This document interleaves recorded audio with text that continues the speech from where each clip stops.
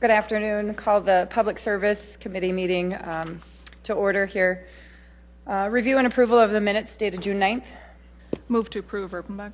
Second, Anderson. Those in favor say aye. Aye. Motion carries. First and only order of business today. First of all, thank you all for attending. It's nice to see some people at our committee meeting for once. First up, we have the 85th Street interchange. We'll start off with Erica Beck and continue from there with additional presenters. Thank you. Thank you. Thank you for having us. We do have a lot of individuals in the audience today, and so I just want to point out a couple of them. Secretary Darren Bergquist is here representing South Dakota DOT. He's in the audience, along with Lincoln County Commissioners Gillespie and Schmidt. Mayor Burke Bowen is here from the City of Harrisburg, and we have several landowners also representing this project in the audience as well. Several of those individuals will be presenting along with me today, including Rich Cutler, Jim Schmidt, and then also Toby Morris from Doherty and Company. Just an outline for today's presentation. We're going to talk a little bit about the location, what we're talking about, as well as a project overview, estimate of project costs. We're going to talk a little bit about the regional impact that this project will have, along with next steps, and then our additional speakers will present as well. The red box on this aerial photograph indicates the study area, so to speak. The yellow diamond represents the location for the proposed interchange that we've been working on at 85th and I-29. As far as the project overview, I wanted to give you a high-level overview, but at the same time talk about some significant milestones that we have met over the last probably 18 months. As most of you know, I think you've been aware of the fact that the I-29 corridor study has been going on for quite some time. In fact, in probably 2008, 2009, the interchange or potential interchange at 85th Street was identified and was studied as part of that corridor study overall. For a lot of different reasons, it did not move forward at that time. Primarily, I think, because Federal Highway changed their focus as far as what they utilize as criteria to justify interchanges to be constructed. After that, DOT was really focused on, and the City of Sioux Falls was focused on building an overpass at 85th Street. And when that was put into a schedule for 2016, the landowners met in October of 2013 to talk about, okay, this is our opportunity to try to do something different here and to actually construct an interchange as opposed to having an overpass constructed and then a 57th Street or a 49th Street to occur again, where there's no incentive after the property's already developed to go back and put in a full-blown interchange, at least an economic incentive to do that. And we all agreed as landowners and others in that meeting that that's not what we wanted to see happen. And so we tried to come up with a schedule of events or a strategy, if you will, on how we could, go about seeing an interchange actually constructed. The first step we felt in that process was to meet with the governor and his team, including Secretary Bergquist. And we did that in February of 2014. That meeting included a number of different landowners and representation from the City of T as well as Lincoln County Commission. We met with the governor and his team, and essentially our plan was to talk about the regional importance of this project and how it impacted not only one community or one county, but actually several local governments. So if you think about this, it really impacts Lincoln County, obviously, Delapre Township, along with the City of Sioux Falls, the City of T, the City of Harrisburg, and 2 different school districts. So the importance that it has overall on this region is pretty impactful. Also, along with that, one of the things that we wanted to make sure that the governor and his team knew was that we were committed as a group to finding an alternative solution to funding the construction of the interchange. We weren't going to them seeking $25 million to construct an interchange and coming out of DOT's budget, because we know that those funds are limited, and we know that they have a priority list no different than the City of Sioux Falls has within their capital improvement program. And that was the commitment that we made to the governor and his team on that day. And essentially what we said is, we're looking for your support. We don't have all the answers now, but what we want to leave here with is a level of support that you'll help us through this process if we come back to you with a means of funding the interchange without using the typical funding scenario. After that, we met with Secretary Berquist and his team several times prior to a very important meeting that was held in June of 2014, and that was with Federal Highway staff, specifically with Federal Highway Administrator Virginia Sioux and her team. Secretary Berquist and his staff was there along with Lincoln County Commission again and several landowners. And the importance of that meeting was that in the past, we haven't necessarily been able to get all of the necessary parties on board to support this effort. And what we found after that meeting was not only did we have South Dakota, the state of South Dakota's support for this, but we also had Federal Highway support. And I think in part because we were, again, approaching it in a little bit different way, public-private partnership as opposed to just coming and asking for assistance and specifically financial assistance. One of the main comments that came out of that meeting that made us feel really good about moving forward and taking on some additional risk as a landowners group was that Federal Highway Administrator Sioux stated that the decision for moving this project forward, the interchange, would be made at her level at the state level as opposed to being made in Washington, D.C., which is not representative of how those decisions have been made in the past. So we felt very confident as a landowners group of then moving forward and taking on the responsibility of entering into a contract with Short Elliott Hendrickson, or SEH Engineering, to do or to start the engineering process in order to get this moving forward in a more meaningful manner. Prior to us doing that, however, in the fall of 2014, November specifically, Lincoln County came to the table in a very progressive and meaningful way as well. And they voted unanimously to support an MOU that essentially committed them to paying for $15 million of the interchange itself. And we'll talk a little bit more about what the overall project cost here is in a minute. But that was very impactful for the landowners, and I think impactful for the state at that point and Federal Highway as well. Following that, the landowners funded the first of the engineering studies that were required to be done, and that's called the Methods and Assumption Report. That was funded by the landowners, and then actually just after the beginning of the year, the landowners also funded the Interchange Justification Report, which is really the first report that is required by Federal Highway in order to move forward with the construction of an interchange. And once that report is completed, which we're assuming will be in February or March of 2016, we'll know a lot more about the details that are going to be required by Federal Highway as far as additional infrastructure needed to support the interchange itself. One other action that has been taken, which you'll get to see the results of here shortly, is that in June of 2015, the landowners funded also a master plan study for this entire area, or for a portion of the area, I should say. And that has really helped us sit down as a group and talk about or talk through what we envision this area to look like. Because we want to make sure that we're placing enough emphasis on how it's going to interact with the local infrastructure, and that we're not going to be negatively impacting any of our existing infrastructure as well. So as far as the estimate of the overall project goes, here's just a broad overview of what we're thinking. This is assumption-based.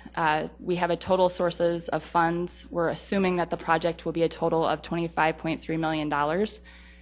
That is a swag, just because we don't know what the final design of the interchange will be, and we won't know that. Might have went black there. We won't probably know that until we're done with the IJR and before we enter into the design process for the interchange itself. So for that $25.3 million, again, Lincoln County has committed to supporting $15 million of that. I do have a little bit of an error here, and I apologize for that, but underneath that I have the South Dakota Department of Transportation funding $6 million. That's actually a shared project between the City of Sioux Falls and DOT, and that is specific to the overpass piece of this project. Underneath that I have special assessment for the landowners of $4 million. That is their commitment to constructing the interchange. And then I also have listed a cash contribution from the landowners of $300,000. And that's specifically for those various studies that I referenced that are needed by Federal Highway to support and justify the interchange itself. Okay, Regional impact. This is the fun part where you get to see all the pretty pictures, but I'm really excited about this, and I hope that you are as well, because I can't think of another project that we've seen in this region where we've had an opportunity to master plan out this large of an area. So the area that you'll see represented in front of you is roughly 1,200 acres, give or take, and it has a variety of different uses that are being proposed. But here's just kind of an overall bird's eye view of what we're envisioning to see happen at this interchange. And the importance of this is if you drive out to this interchange now, or proposed interchange location now, a lot of this area is not developed. And I can't think of another area in Sioux Falls where we have 1,200 acres, and in fact more than that if you take in the overall impact of this project, that's relatively undeveloped yet, a clean slate, where we have the opportunity to attract new, unique, special types of corporate centers, office parks, and commercial developments to our community or to this region overall. And that's really what we're trying to do here, is create something special for our entire region and something that we've not necessarily seen before. The types of national tenants that are being courted, if you will, for this area are new to our region. They're unlike what we have currently in Sioux Falls. And the reason that they're interested potentially in this area is, one, because of the interchange, but two, because it's going to be a master planned, development in which they know what they're going to get long term. Here's just another example, another image. This is looking north on Interstate 29 toward the potential interchange. And the thing that I want to preface about this is that because we don't know what Federal Highway will come back with for a design, what they will actually allow for the interchange itself, the interchange design that's reflected in this could change. So just know that as well. And here's just another image. This is more of the corporate center overview, office park overview. But these are the types of things that the landowners are placing a lot of financial emphasis in already, so that we can have something marketable to share with large groups that are looking at opportunities in our area before the interchange is actually even built. Okay, next steps. So Lincoln County, if you'll remember me saying in November of 2014, committed via an MOU unanimously supported by their commission to their $15 million contribution to this. The landowners have verbally committed to their $4 million, but we are required by Federal Highway to formalize that commitment. If something happens, if a landowner changes, they want some reassurance on their part that the group is still committed and they're still going to be a part of this project. So we are working on a method of doing that, and we've been working on that for over a year. And actually, Toby Morris will talk a little bit more about the vehicle or the resource that we're looking at right now, which is a county improvement district. Again, January or February of next year, we're looking at completion of the first study that needs to be done as part of the interchange itself, and that is the interchange justification report. Then following that, the results of that IJR study, we will then put into or implement into the long-range transportation plan through the MPO process. And then, of course, we have a lot of other steps that we need to take along the way, including the environmental study that has to be done, design of the interchange, and construction of the interchange. This certainly isn't going to be as easy as those 6 steps defined on that screen, but we're very committed to this process and seeing it move forward in a positive manner. And we know that if we don't start on it now, if we don't keep up the momentum and drive it forward that we have right now, it'll be another decade potentially before we even have this conversation again. And so we want to do what we have to do right now to set ourselves up for success in the future and in getting this done in a time frame that's reasonable for the landowners, and a time frame that's realistic for DOT and Federal Highway. And really that's what we're focused on more than anything, is trying to make sure that we meet the requirements of Federal Highway. Because in the past, we haven't necessarily had them on board to the extent that we have them on board right now. So we're being very diligent about making sure that we cross our T's, dot our I's, and make sure that we meet all of the requirements that they have. All right, so with that, if you have any questions for me, I'd be more than happy to answer them. Otherwise, I'm going to invite Rich Cutler, who's also a landowner representative, up to speak to you about the commitment from the landowners, and then you'll hear from a couple of other individuals before we open it up for further questions. I think we'll just move along with the next speakers and then save questions as we go. I know administration would like a few minutes as well. Well, I want to thank you for inviting us today and having this opportunity to present regarding the proposed exchange. And I just would like everyone in the audience who has some ownership interest in land in that area to just raise your hand so you can see how many people are represented. Mr. Cutler, will you, for the record, just state your name again? I'm sorry. It's Richard Cutler. And I would like to just go back in history a little bit. I happened to come to Sioux Falls in 1970, and I joined the firm of Davenport, Evans, Hurwitz, and Smith. And at that time, Sioux Falls had 70,000 people. And the highway, 41st Street west of O'Gorman was gravel. There was the bridge there, and there was the exchange. The exchange had been built when Interstate 29 was built. And Mr. Hurwitz was actively acquiring the land for the Bucksbaum brothers out of Des Moines to build the General Growth Mall, the Empire Mall as we know it today. So that land was being acquired, and we were watching that all starting to evolve. And just think back, what has happened to Sioux Falls as a result of the Empire Mall? And then a few years after that, I thought that the land north of 41st Street wouldn't be developed because it was low, but people were successful in getting an exchange at 26th Street. And so that whole area now is the retail center of Sioux Falls and probably generates, I'm just guessing, at least a third, if not more, of the retail sales tax for our city. And now, then came 49th Street, overpass. 57th Street, another section line, overpass, no exchange. Then we talked about 69th Street, became virtually impossible. Now we have 85th Street. This is the opportunity. This is the last opportunity in Sioux Falls to have an exchange in the south and take advantage of the next retail center because 41st Street and the Empire Mall area is full, as is the area north of 41st Street, surrounded by 26th Street. Those areas are full. There isn't any place for the next big box that wants to come, and there's lots of them that have shown interest in our community. So 85th Street, and the other amazing thing about 85th Street is if you look at all the other areas, it is an area that is basically virgin. There's very little development. The landowners have held the property with the idea there would be an exchange, and therefore this would be the retail development in the south end of Sioux Falls. So that's been always the idea for that area, and yes, we're proud of the fact that we've come forward to help support this project to make it a reality for the city. And by the way, this maybe isn't really fair, but I want to just help give you this factoid, maybe at least in my mind. In 1970, Sioux Falls had 70,000 people. Sioux City happened to have 85,000 people.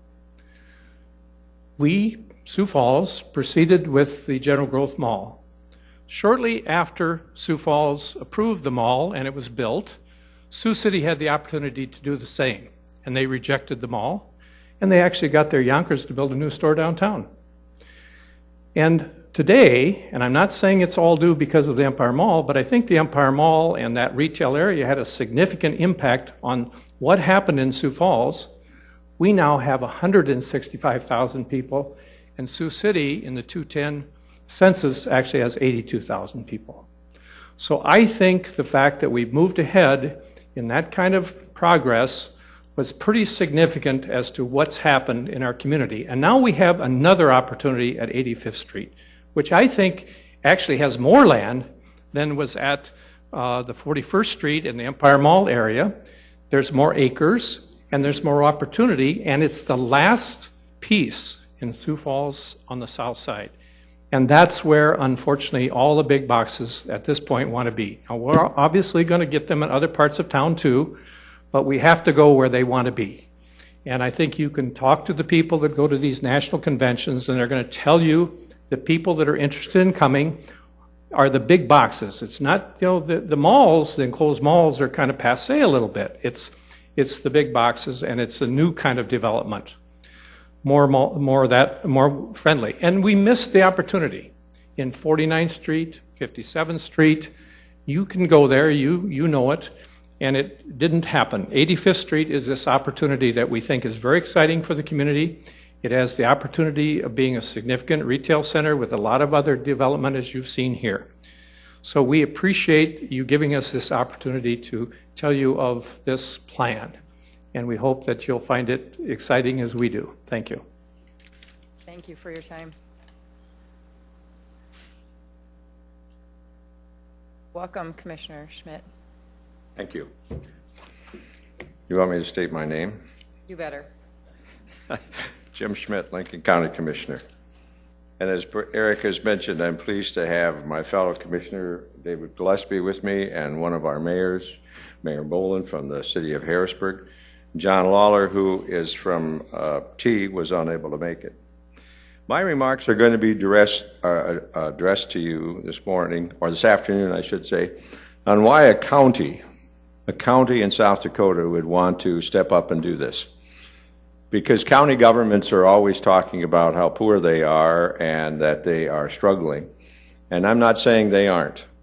But I just want to tell you a story. We're a blessed county because we have appreciated the growth that has happened south of 57th Street.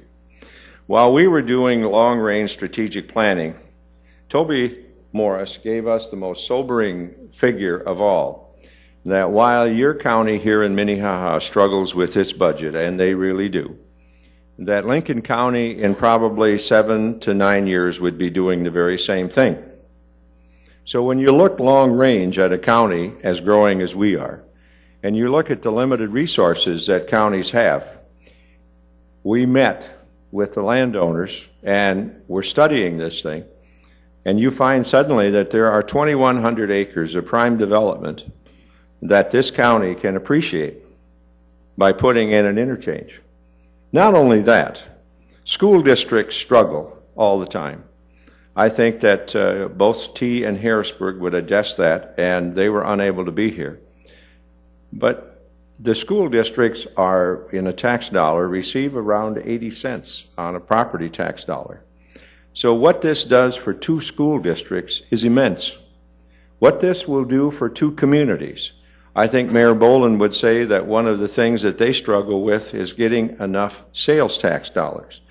By having an interchange like this, by having the growth that goes on like this, is astronomical and beneficial to everybody, and I could use it just makes all kinds of sense for everybody. But I want to mention a couple of other things. There is this tendency to always want to wait and be careful and be slow and drag things out.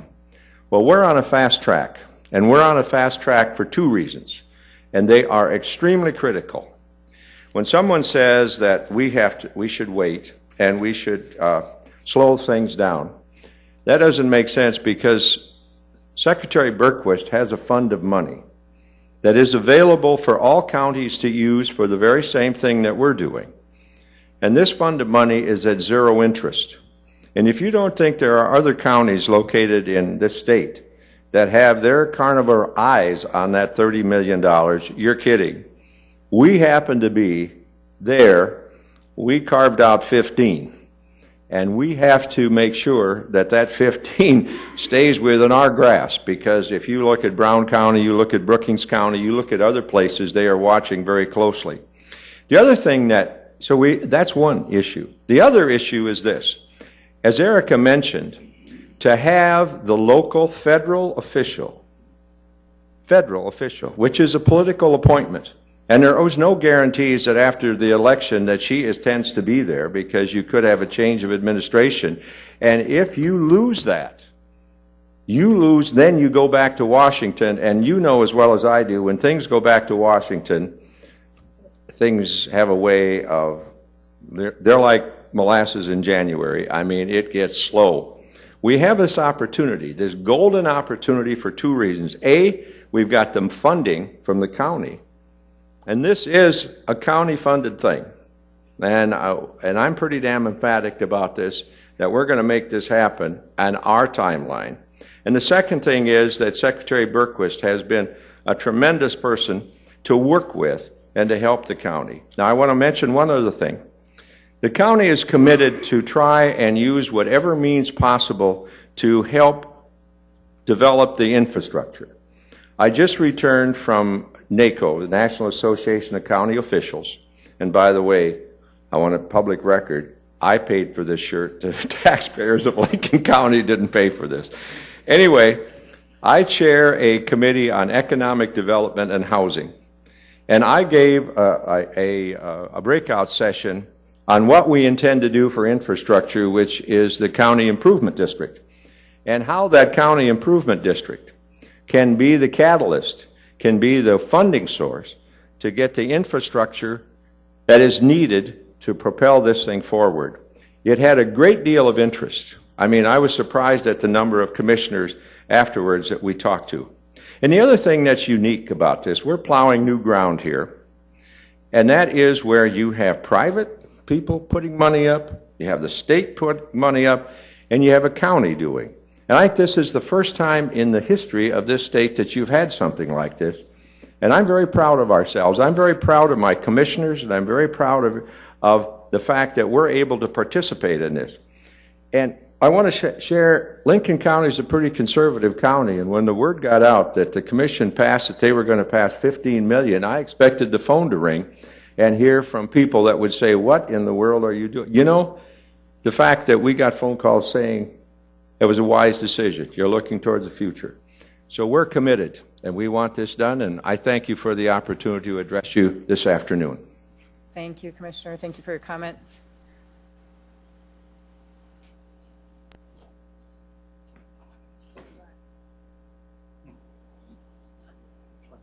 We've had a few technical difficulties, so it might flash a little bit for you, but carry on. Well, hopefully it will come right back on for you. Please state your name for the record, please. Thank you, Madam Chairperson. Toby Morris with Doherty and Company. And I've been asked to speak a little bit about county improvement districts. Real quickly, my background is I've always been in economic development, whether working for GOED for 8 years, and for about the past 12 years, I've really been working with cities, counties across the state when it comes to looking at economic development, whether it be Bell Cheese and Brookings, large elevators in Kimball, Tulare, Miller, even working on the CNA project in 2010, utilizing stimulus money on that part. And so when I got the call from Lincoln County as well as the landowners and said, hey, we're looking at trying to find a vehicle that can keep the landowner's commitment in place, because if you see at the beginning of the slideshow, the federal highway folks have said, as they went through, they said, okay, the landowners are going to put in $4 million. Their idea of putting in $4 million was put in an escrow, and if we get to it in 4 or 5 years, we'll get to it in 4 or 5 years. Well, you can see that doesn't really go too well in the capital side of the world. And so we started looking at vehicles that could be a public-private partnership that enables economic development. And in statute, currently right now, you have what's called county improvement districts. This is the technical term of what is a county improvement district. For the most part, what you're looking at is it has to be a contiguous minimum 320 acres. For the layman, in terms of what is a county improvement district, we have two good examples, one being the Dakota Dunes. That started out in the early 1990s, went from a valuation of about $2 million to well over $500 million now. You have one in what's called Powder House Pass, that's out in the West River in the Lee Deadwood area. That's primarily a housing area out there. So we have something that's a vehicle in use. Now, to be used as something that we're looking forward going here, I think presents just an even greater opportunity on that basis. What we're proposing to do within the next 30 to 45 days is approaching Lincoln County and creating a county improvement district. And what I want to talk about is it's an open book process. It is a public-private form of government. There is nothing that is ever hidden behind secret doors by any means. It's meant to be a full disclosure on anything that's involved with how what we call a SID. First one to start out is, how is it created? Once again, I'm going to stress, it is a petition filed with the county. It's an open process on that basis. 100% of the landowners need to come together, give consent of that. There will be the proposed name, much like you have Potterhouse Pass, Dakota Dunes, there's a survey, and this is all within the South Dakota codified law of all the things that have to come forward in there. We'll be performing an economic impact study. We'll be given a timetable of how we see things projected with the knowledge we have today. But as we know, when it comes to the development, it can be an ever-moving, it can be like shadow boxing sometimes too. Bumps in the road happen, but as long as you keep going forward, that's the intent of with everything right now. The thing I have highlighted at the bottom, though, that I really want to stress, and I'll stress it more in the slides, is it's consistent with applicable, comprehensive, or effective local government plans. So what we don't have is a bunch of developers out there trying to do everything on the cheap, because that's not going to happen. You're going to have a state, local, and as well as federal oversight, because what we call the IGR, the justification report, is not going to be allowed by the feds if they want to go in and put a gravel road. As the water sewer hookups come up, it's not going to come into the city of Sioux Falls if it's not to adequate standards, your standards. And so everything has to be met to standards, because this is, again, once I say, a public-private form of government. Creating the district will involve setting a hearing date. From that, after the publication is done, you hold the hearing. At that time, then the county, Lincoln County, will go through and say all statements are true, the land site is sufficient, the benefits outweigh any adverse socioeconomic impact, and once again, this is right out of codified law. And then at that point, the county approves the districts and appoints the board members. Now, this is critical in itself, because there will be a board that it says consists of 5 to 7 members. The county appoints 2 members, one from the county, one from a city point, and then there's also the landowners that sit on there. The county improvement district, like a Dakota Dunes, is governed by this board for the first 10 years, and then the elections happen. That is, if it doesn't dissolve at that time, and I'll cover on that in a second here. But it's really set up, once I said, not to be not to be a long-term government, but what I'm going to call it is a catalyst to spark this development to meet the short-term timeline that we're on at this point. So as the city of Sioux Falls wants to come in and annex it at a later date within your time period, it can happen. What we can't have right now is we cannot lose the momentum between the state and the federal at this point, because it could be another decade down the road before anything like that could happen. So why would you want to be a CID? And there's some special powers within a CID, much like a government. As the landowner state, they want to special assess themselves $4 million. That was our way of saying to the federal government, look, we can't put $4 million into escrow, but we have something more powerful than a mortgage, and it's an assessment. It's a super lien, and that has to get paid really before anything else does. So as time goes on, and we know we're looking 3 to 5 years down the road, if the landowners change, sell, whatever, that assessment runs contiguous with that land. And then that is proof that that money will always be there. It's just a matter of when it's going to be assessed at that point in time. You can borrow money and issue bonds. One of the biggest things associated with the county improvement district is going to be access to capital, low interest capital. You can borrow from the state revolving fund. It's very difficult now to go to banks and to say, I want to borrow money, but all the money I'm paying for is basically going in the ground. There's not a lot of value to a bank on that. They like to brick the mortars on that side. They are to provide water, sewer, bridges, a lot of things that are very consistent within a local government that you find yourself.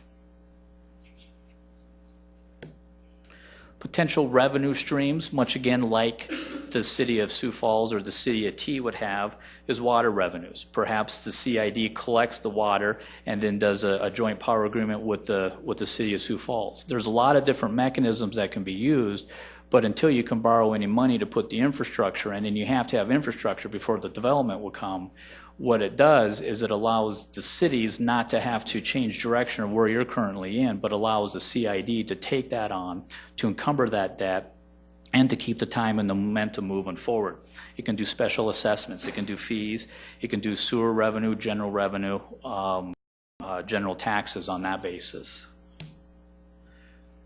The borrowing side, once again, it just goes back to wherever you create a revenue stream, and obviously to create a revenue stream you have to assess something. And at that point in time you can then borrow the money and put in the infrastructure going forward.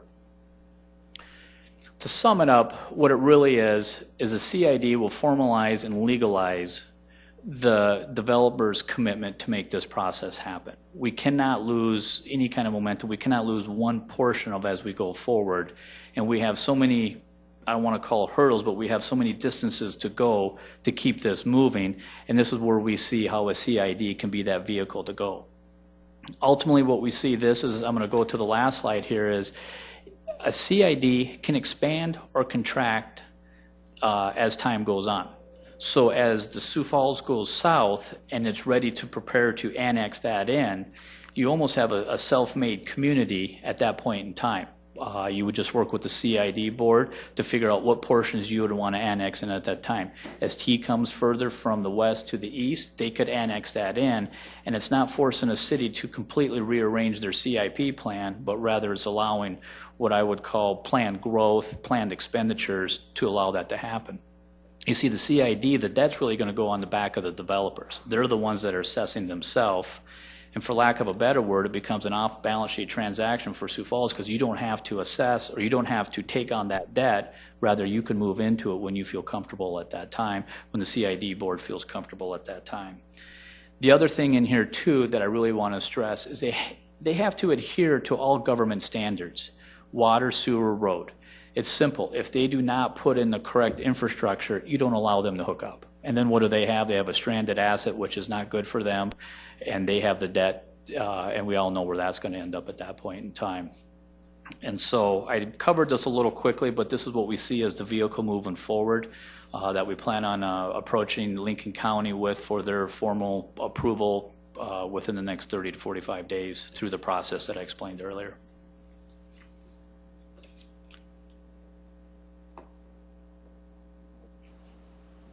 Thank you, Toby. Thank you. That's our list of presenters. So we're open for any questions that you guys might have. I want to open it up to, I think Mike Cooper had maybe a short presentation or something he had wanted to do. So we'll open it up to comments from the administration as well as any other city councilors or other folks in the crowd that would like to make any comments, or and then we'll open it up to the committee for questions. Good afternoon, Mike Cooper with City Planning and Building Services. I just want to make a few comments regarding the city's position in terms of our capital program that ties into this overall discussion. And then I think Dave Feifley is also going to provide some comments more specific to the CID. Just in terms of background, there's a reason historically why the 57th Street alignment didn't become an interchange. There's a federal requirement that they have to be a mile apart, and there's that distance between 41st and 57th is what we call a short mile, but that's going back in time too much. So, but let me start out by saying that the city's position is that we are very much in support of an interchange at 85th and I-29. We believe that that's the long-term benefit, not only for our transportation system, but also for the economic development of our community as well as Lincoln County.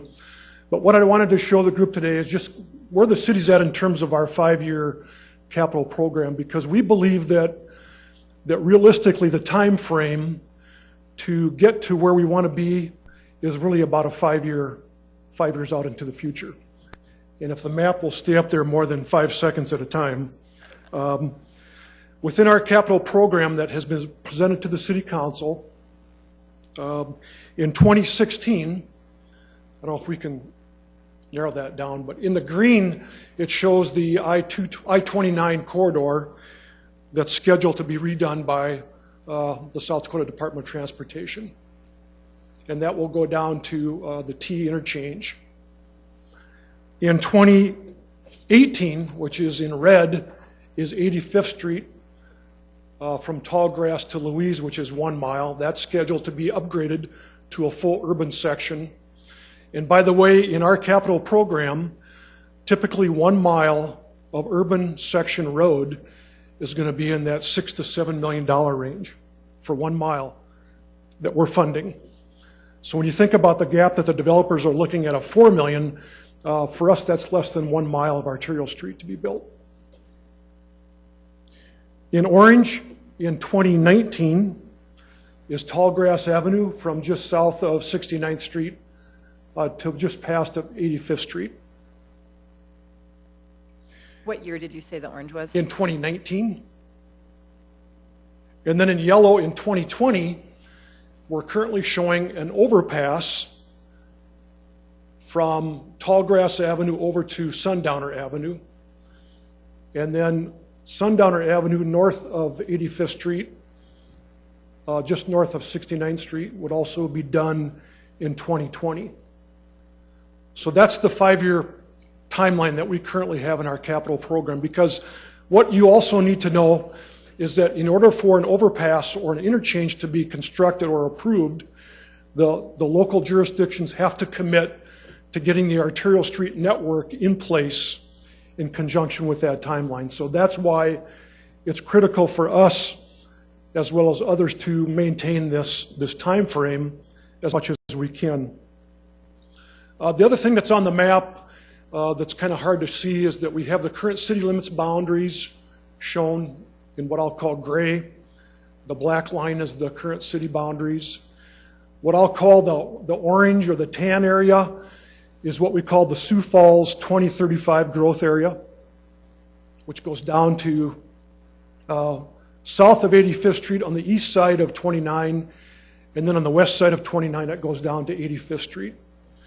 Below the area that the City of T has identified as their future growth area. And both of these growth areas are based on our comprehensive plans that have been approved by the local governments, and they show areas that are projected to be served by municipal services, primarily sanitary sewer. Sanitary sewer is the #1 driver of where we project urban growth to occur. And as you know, historically, growth occurs when property is within our defined growth area. It's annexed, it goes through zoning and platting, and then the services are expanded into that development area. So that's kind of a quick scenario of what we're showing within our comprehensive plan as well as our CIP. And just to kind of go back to some of the things that Erica presented, back to the timeline, when you look at the steps that are involved in the IJR, the environmental assessments, the right-of-way acquisition, the design, the construction, probably over a 2-year period. If we're going to do an interchange, we would probably do the abutments in 1 year and the ramps and other infrastructure the second year. That takes time, and we know that everybody wants to do it as quickly as we can, but realistically, we believe that this 5-year timeline by 2020 is probably about as realistic as it's going to get. So what we're showing with this yellow dot at this point is an overpass, but again, we are in support of an interchange if we can figure out a way to get through the approval process. The IJR is the #1 thing that you need to get done to show that interchange can be justified. And then the environmental assessment follows on that. So that's kind of where we're at in terms of our overall presentation that we wanted everybody to see in terms of our construction and other infrastructure network for the southwest area of Sioux Falls and our partners with the City of T. So then I think, Dave, did you want to follow up with that? And I'll be around for questions as well. Thank you. Thank you, Mr. Cooper. Welcome. Madam Chair, thank you. Dave Fifley with the City Attorney's Office. I thank Toby Morris. I think he did a very articulate and eloquent job in describing what the Community Improvement District is, and I really don't have a lot to add to that. Essentially, to boil it down, it's creating another local unit of government, and as Toby outlined, it creates a number of powers, borrowing authority, et cetera, for another government to take hold and to form at this interchange place. In particular, there's certainly the power to borrow money and issue bonds like a municipality or a county. Certainly we look at Dakota Dunes in terms of what types of services that community improvement districts or SIDs are providing. According to their website, as of yesterday, they're maintaining streets, parkways, and boulevards with local property tax dollars. They're doing storm sewer collection and parks and public safety. They're also providing treated water and collecting and disposing of sanitary sewer water.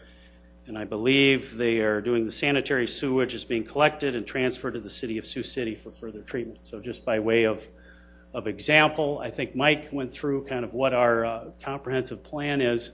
What needs to be noted is we have a joint jurisdictional ordinances with Lincoln County, and in particular, they identify this particular area as a projected growth area, both for the city of T and also for the city of Sioux Falls.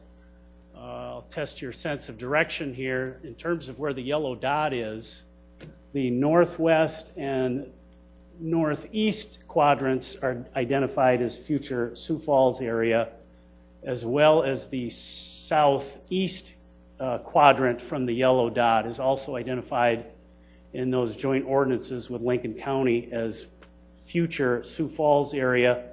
And then the southwest section is identified as future T area or growth area in terms of keeping it together. Now, in terms of a CID's creation, Toby did a very good job of explaining how that occurs. It's a petition before the Lincoln County Commission, and they have to identify all those issues, including, and he even highlighted and bolded the fact that it needs to be consistent with any comprehensive plan of any local governments. And under state statute, that's defined as both Lincoln County as well as any municipalities in the area, which would be the city of T as well as the city of Sioux Falls. As far as a eventual dissolution of the CID after its utility has been expired, the statutes on CID do point out that any debts of the CID before it can be terminated need to be paid or assumed by someone prior to the CID being terminated. So that's just a detail to keep in mind. But as Mike said, certainly the city is excited about this project, and we want to see it go forward as well. It would be a wonderful boom for the entire region. So we're here to answer any questions you may have. Thank you, Mr. Pipely. Anybody else in the audience have comments, questions? Then we'll turn it over to council for additional comments. Anyone? Anyone? Oh, go ahead. Please state your name for the record. Thank you. My name is Kevin Nyberg, 330 West 41st Street. I am not part of the landowners group. I'm an independent business person, and I have, at this point, already have committed and taken the risk and purchased property at 86th and Louise. When looking at this map and thinking of the potential of the interchange, if you look at the growth of Southwest Sioux Falls, where we want to be located and want to invest into property, a new building, it makes sense that the interchange be built relatively quick and without a missed opportunity, as Commissioner Schmidt talked about. If the growth is in the Southwest, that interchange for me and my investment in the community is huge. And I would love to have you entertain support for this interchange, because for the future of our business, it's critical. And I think you need to know that our company has been visionary over the years, and 41st in Minnesota at the time of the commitment in 1969 was a gravel road. And my dad was the first one to commit for retail property on 41st Street. The next location, 10th and Sycamore. Dolly Farm didn't exist when we built our building at 10th and Sycamore. 41st and Sertoma. 2,000 homes since then, I believe, have been built since we built our location at 41st and Sertoma. I'm proud to be visionary, and we bought this property at 86th and Louise thinking, knowing that this is the future of where Sioux Falls is going to go. The interchange is incredibly important to us, and I want to leave you with one more thing, that the people I run into on a daily basis in our organization, I got to be honest with you, between 3 and 4 a day say, when are you going to build that new store at 86th, 85th, and Louise? So the time is now. The property, the area is ripe. My concern is that we do not lose out on the opportunity of the state and the county supporting this interchange. Thank you. Thank you for your comments, Mr. Nyberg. Anyone else in the audience? I'll turn it over to council. Any questions, comments? Councilor Erpenbach? Thank you. Thanks, all of you. This is pretty exciting for us for a committee meeting. Wow. This is big stuff. Thanks, guys. Question for, and I guess I don't know, Erica, you presented this, but maybe it's a city question. There's the $6 million, and if we look at the map that's currently up there and it's holding still, thankfully, if we look at the 2020 yellow line where the yellow dot is, the 85th Street, and that's when we build the interchange. That $6 million that is planned or projected for building that interchange is split between the city and the state, correct? I'm just getting head nods. Nobody's coming to the podium. Come on, help me out here, guys. Is that a line item now? Is that something we're committed to for sure? Or is that, as we were talking earlier about other stuff, it's a hope? No, this is based on our 5-year capital program, and so we are committed. In this case, it's showing an overpass. The estimated cost at this point is $6 million. It's an estimate, and so the city and the state would share that 50-50. As you know, to build an interchange, you still have to have an overpass, so that would still be part of the overall project cost of doing an interchange.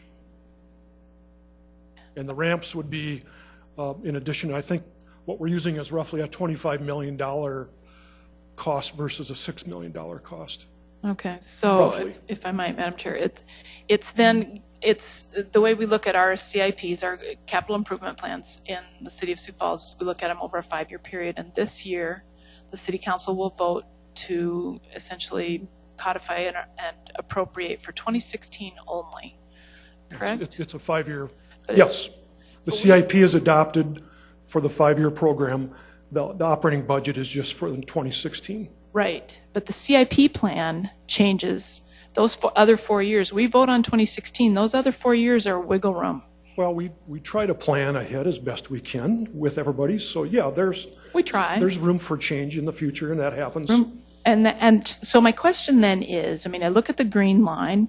The state is going to be in there in that area in 2016 anyway. If that 4-year time period is really placeholders, why can't we wiggle those around? Why can't we make the line that's yellow on there in 2020 now, why can't we make it 2016 or 2017? As I tried to go through, there's all these steps of the IGR, environmental assessment, right-of-way acquisition. Those take time. And yes, you can look at how to speed those up, but it's still going to take more than 18 to 24 months to get that done. Okay, cool. So what I was trying to explain is that that's just what we believe is more of a realistic timeline. It's probably not the one that everybody would like to see, but it's just based on past experience. Thank you.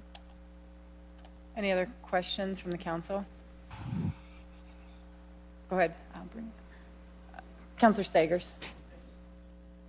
I have a quick question for Toby. You mentioned Dakota Dunes being a CID. It's not a CID anymore, is it? No, it currently is still a CID. It is. And that was started by Mid-America Energy. So it's been a CID for a very, very long time now. On that one, yes, it has been. Now, each one can take on their own direction in the future that they want to go. But I think it would be fair to say, without committing the landowners, it's not their preference to be in the form of government over a period of time, but rather develop it and then let a city do what they do. Okay, and we're planning for our CID to be, it's again, 6 years? Pardon on the question? Yeah. This one, the CID, we were planning for how many years? Well, the CID what I would envision is more as a catalyst to spark the development to get it going, to build out the infrastructure. And then as Mr. Fifley pointed out, as the city annexes that in, they may take a portion of that debt that goes particular with whatever portion it is. So it could go 4 years, it could go 10 years, it could go 15 years. It's really going to be a matter of when the city would feel comfortable wanting to annex that in. It'd be much quicker, obviously, for you than it will be for T to come over, but at the same time allow it to do that planned growth and expenditures on your side. So we really don't know for sure when it comes to how long this might last.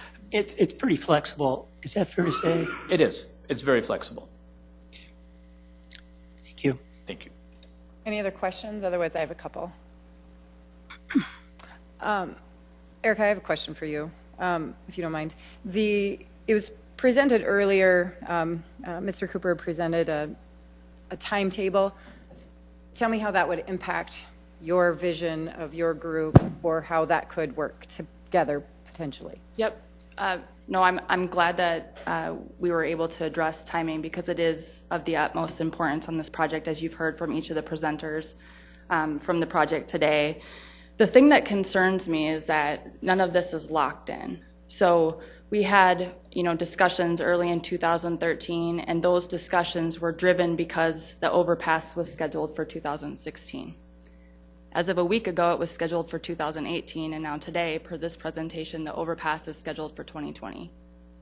So my concern is that we have all this momentum moving forward, but yet we have no commitments as far as, when this is actually going to be done. And that is why we have been looking all along as a landowners group, and from Lincoln County's perspective, at other ways that we can help support this ancillary infrastructure for the interchange.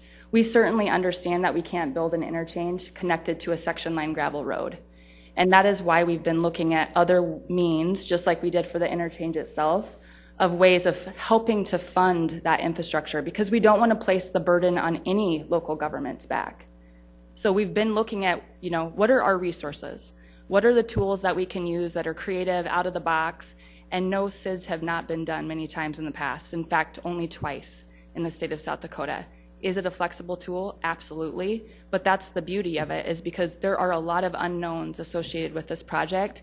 And what we do know, though, is that it allows us, one, the means of fiscally constraining the private landowner's commitment to the project per federal highway requirement. And it also allows us as landowners and as a SID board, potentially, to help with that ancillary infrastructure development, so that the city of Sioux Falls and the city of T, and Lincoln County even for that matter, doesn't have to necessarily come up with all of those funds themselves.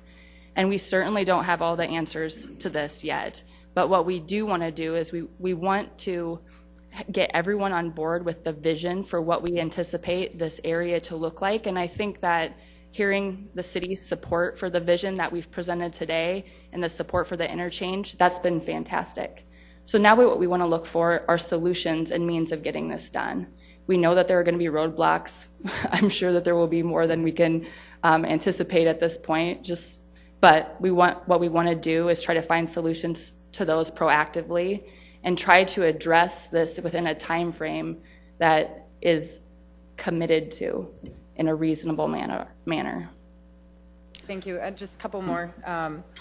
You just mentioned the state's commitment to doing an overpass there. That's 2018, wasn't it? It was 2018 as of today, correct. Okay, so that hasn't changed? On this map, it's showing 2020, unless I'm reading that wrong. Okay.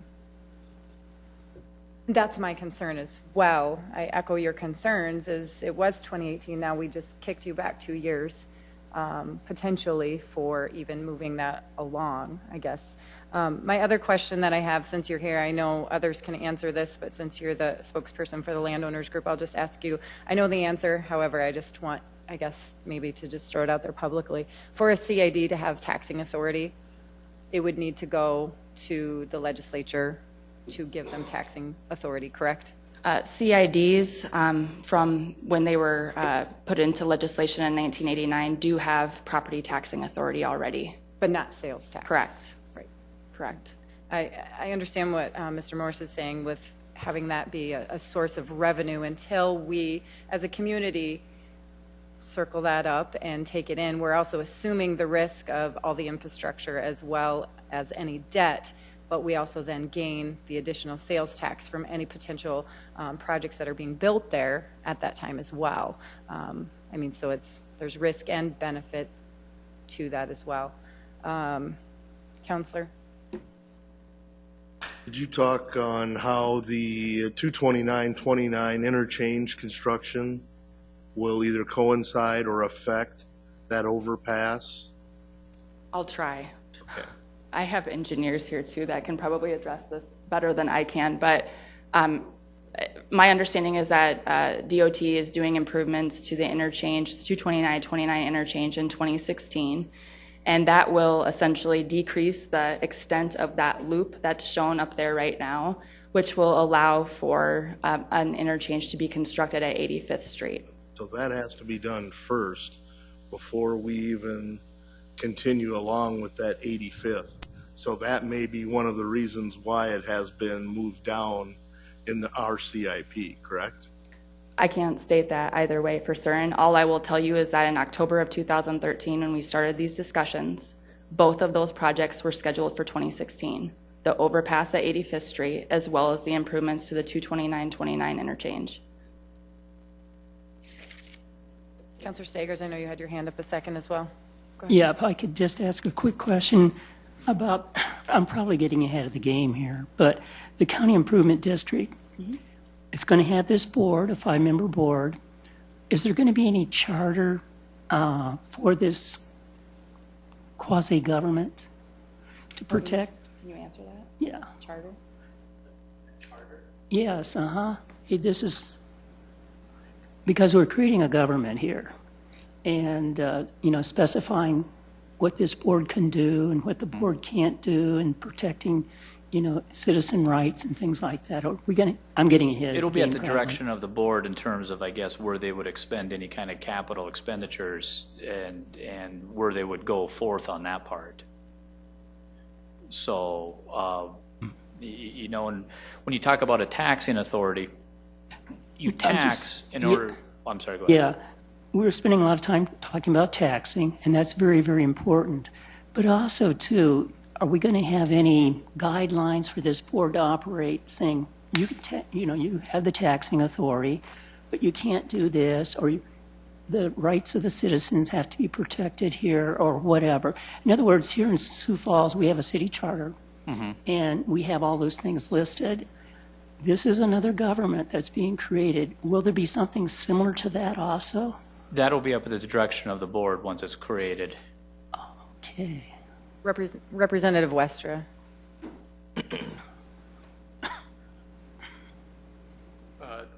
Good evening, State Representative Steve Westra, or Councilmember Stagers, to answer that question. It is already in statute in the state with regards to the CID. So the information I believe that you are looking for is already out there. Okay, thank you.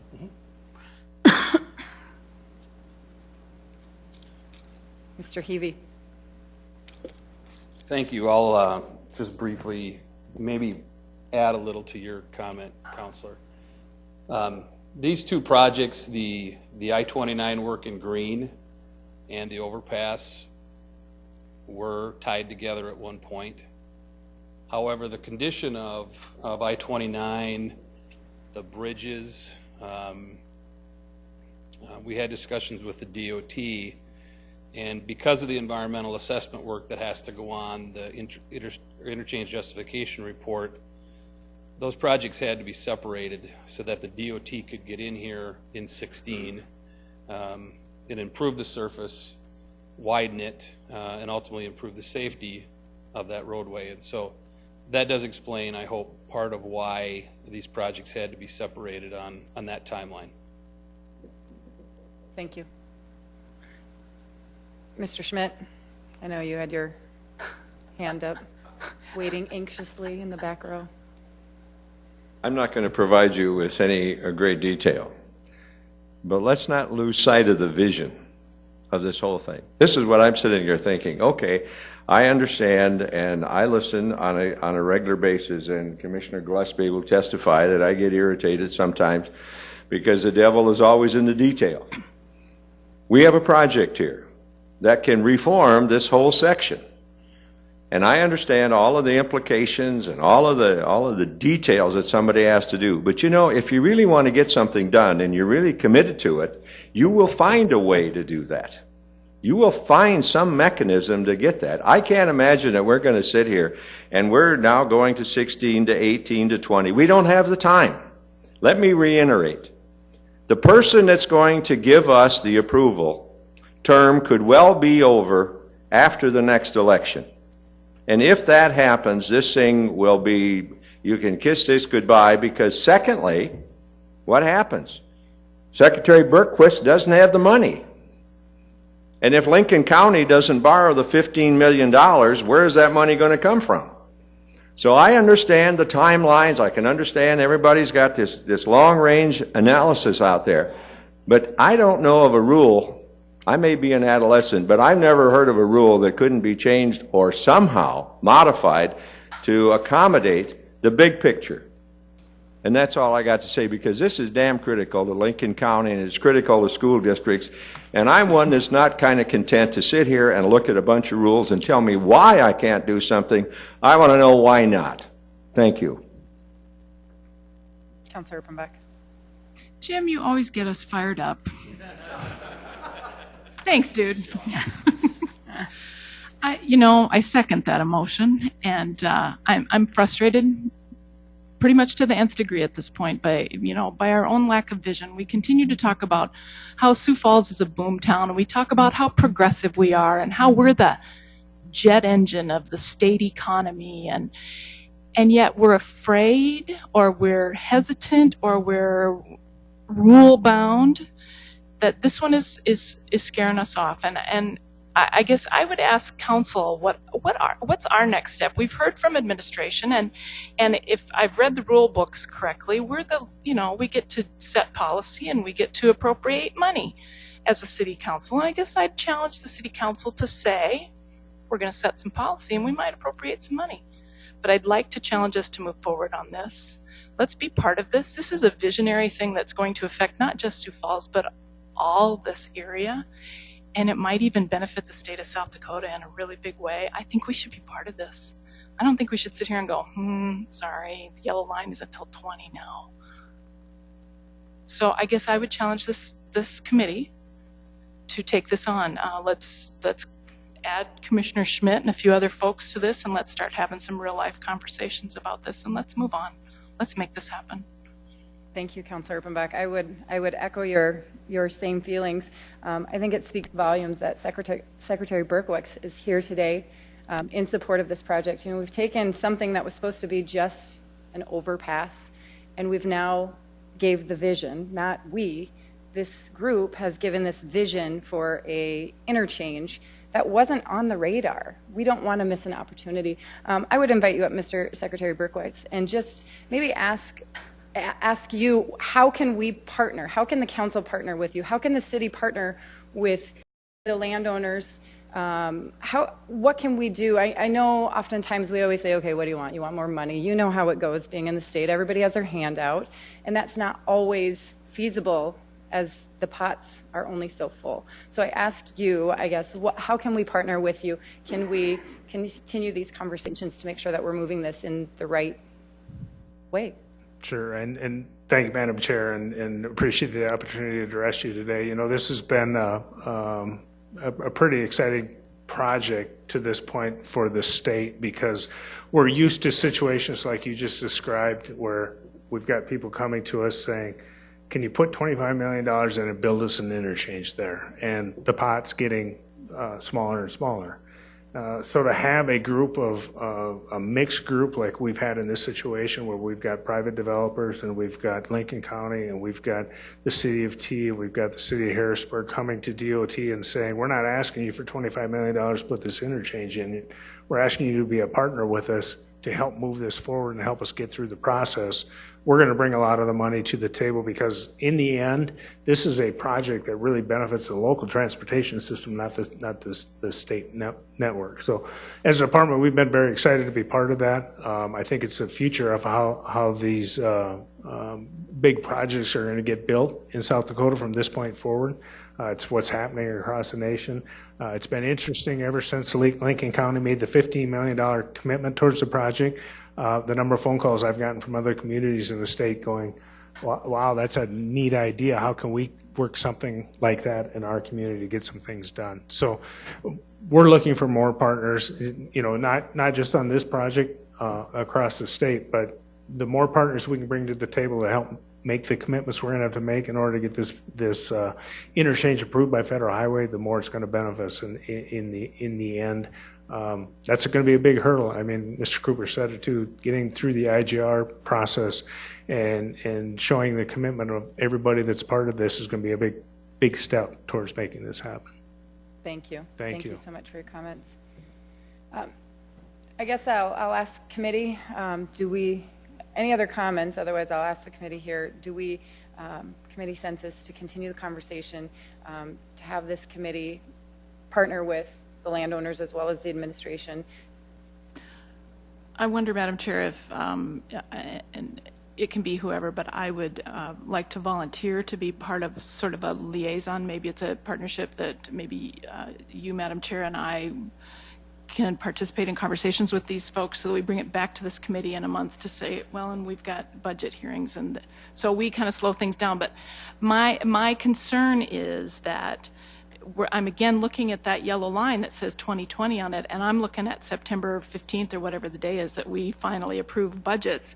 And of course, we've seen the CIP proposal at this point, but I think we need to be pushing ourselves on this, and we need to be part of this conversation. And I guess I would hope that perhaps if the committee agreed, you and I might be in conversation with these folks and come back to this committee. Perhaps this committee meets at another time that doesn't conflict with budget hearings. I'm kind of rambling here, but maybe that's what we do. Councilor Stagers, Councilor Kenny Anderson Jr., are you on board with that? I don't think it has to be just one of us. It can be two or three, whoever wants to. Okay. Yeah, Okay. I think it's great that, you know, this committee wants to take a little deeper view into this. So I have no problem with that either. Okay, so could we, Madam Chair, then set this, Sure. let's figure out offline kind of I'll work reschedule something. with Ms. Beck, and as she's kind of been in conjunction with the landowners, as well as making sure administration knows about that as well, and then invite you as schedules are able, and we'll just kind of move forward in that facet. Go ahead. Could I ask you then, that I just kind of want to, I'm going to kind of dump this onto you, but okay. If you can kind of be our point person on Absolutely. this, that would I'd be really helpful. Yep. So thank you. I appreciate that service. I just really am so appreciative of everyone being here from the administration. The council stayed, our staff stayed, all the landowners, Secretary Berkowitz. I really thank you for being here. It's really important to have every player at the table so we all have the same information. It's out there for everyone to hear as well, and I think that's just invaluable as we move forward. So thank you all for taking a good large chunk of time out of your schedule today. And with that, we will adjourn. Sure. Oh, sorry, open discussion, my bad. Stop, No, I didn't hit it. If I might, could we formalize this action? I would make a motion that this group empower itself to be part of the conversation with this team so that we can move forward in more of a formal manner, if I could make that motion. Is there a second? I'll second that. Okay. All those in favor say aye. Aye. Motion carries. Any open discussion? We will be talking Uber, probably October, so keep that in mind as we move forward. Uber will be coming in front of public services as well. Thank you again, and with that, we adjourn.